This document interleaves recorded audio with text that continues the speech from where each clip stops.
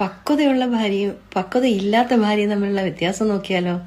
പക്വതയില്ലാത്ത ഭാര്യ താൻ പറയുന്നത് മാത്രമാണ് ശരിയെന്ന് തെളിയിക്കാൻ ശ്രമിച്ചുകൊണ്ടേയിരിക്കും. ചിന്തിച്ച് പ്രവർത്തിക്കുന്നതിന് പകരം എപ്പോഴും കുറ്റപ്പെടുത്തിക്കൊണ്ടേയിരിക്കും. ഭർത്താവുമായിട്ട് മത്സരിക്കും. വികാരങ്ങൾ ഉപയോഗിച്ചവര് കാര്യങ്ങൾ കൈകാര്യം ചെയ്യും.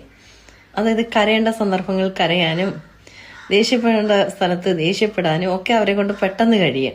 സ്നേഹം എപ്പോഴും പൂർണ്ണമായിരിക്കണം എന്ന് ഇത്തരക്കാര് വിചാരിക്കുന്നുണ്ട്. എന്നാൽ പക്വതയുള്ള ഭാര്യയുടെ ലക്ഷണം എന്താ?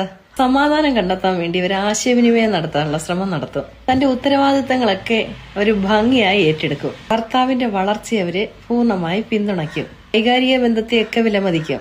അവരുടെ വികാരങ്ങൾ വ്യക്തമായി പ്രകടിപ്പിക്കും.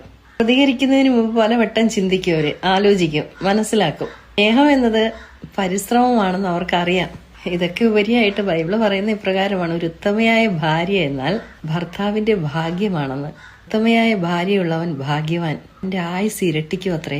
വിശ്വസ്തയായ ഭാര്യ ഭർത്താവിനെ സന്തോഷിപ്പിക്കും, സമാധാനത്തോടെ ആയുസ് തേക്കും. ഉത്തമയായ ഭാര്യ മഹത്തായ ഒരു അനുഗ്രഹമാണ്. കർത്താവിനെ, അതായത് ദൈവത്തെ ഭയപ്പെടുന്നവർക്ക് കിട്ടുന്ന ദാനങ്ങളിലൊന്നാണ് ഉത്തമയായ ഭാര്യ.